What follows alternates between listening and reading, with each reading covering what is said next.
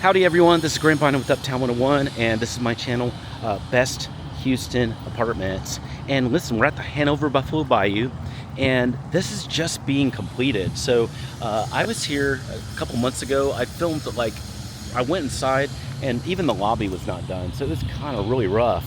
But now everything is pretty much done. They have almost everything done, but you can see there's still workers here working on stuff. You can see, cords and stuff everywhere.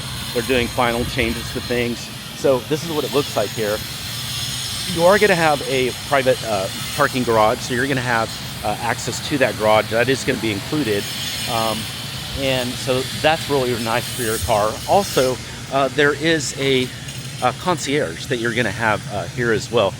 There's a doorman / concierge. I've already seen him. Really great guy.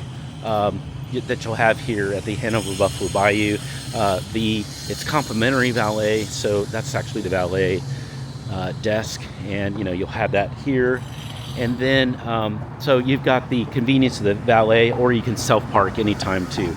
And the valet, by the way, is complimentary for residents and guests, so I sure love seeing that.